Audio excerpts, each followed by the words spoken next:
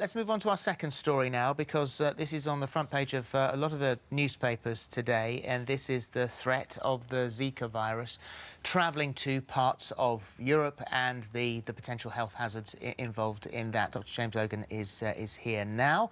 Is this unnecessary panic or a real concern? I think we should say it is a real concern, in that it is a possibility. So the World Health Organization have issued a report which shows which countries in Europe would be most at risk if Zika was to come here. So we've all heard in the news Zika has spread throughout South America, throughout the Caribbean, and it's continuing to spread, and it probably will continue to spread as the year goes on.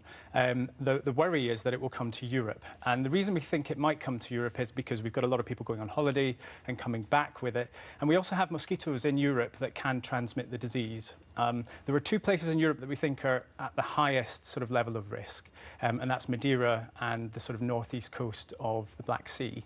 And that's because a species of mosquito called Aedes aegypti lives there.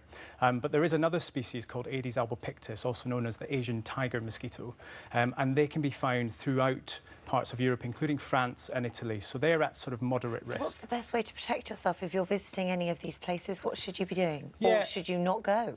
Well, so there is no recommendation to not travel to Europe. There is a recommendation that if you're pregnant, you shouldn't travel to, or planning to become pregnant, you shouldn't travel to any countries where there is current transmission. So that's in South America and the Caribbean and those places. In Europe, there is no transmission by mosquitoes that we know of at the moment, so you have to watch it. Public Health England have very good advice on their website in terms of what to do if you're thinking of becoming pregnant or you are pregnant and you have to travel. But the best thing that you can do when you're travelling to any tropical country or any country with mosquitoes is to use insect repellent.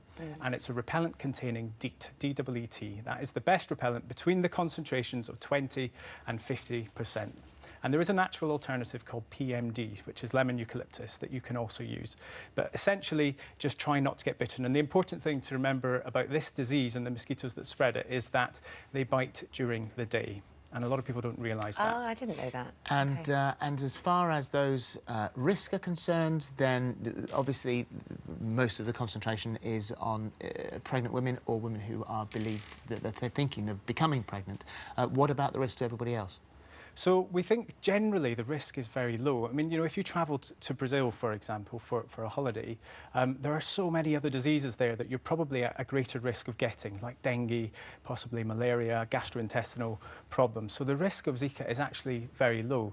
There have been some complications in some people, particularly in men, called Guillain-Barré syndrome, which is a sort of a neurological condition which can make you very ill indeed. But those numbers are very low. So the overall risk is now being positively made between Zika? We think there is a link there, yeah, and the link to microcephaly, the babies being born with the small heads, is definitely there. And you know, it is something that you must take very seriously if you're pregnant or becoming pregnant, in terms of travelling to those countries with current transmission. Just finally, Simon, and briefly, if you could, your thoughts if you are planning on travelling to any parts of Europe that may be at risk?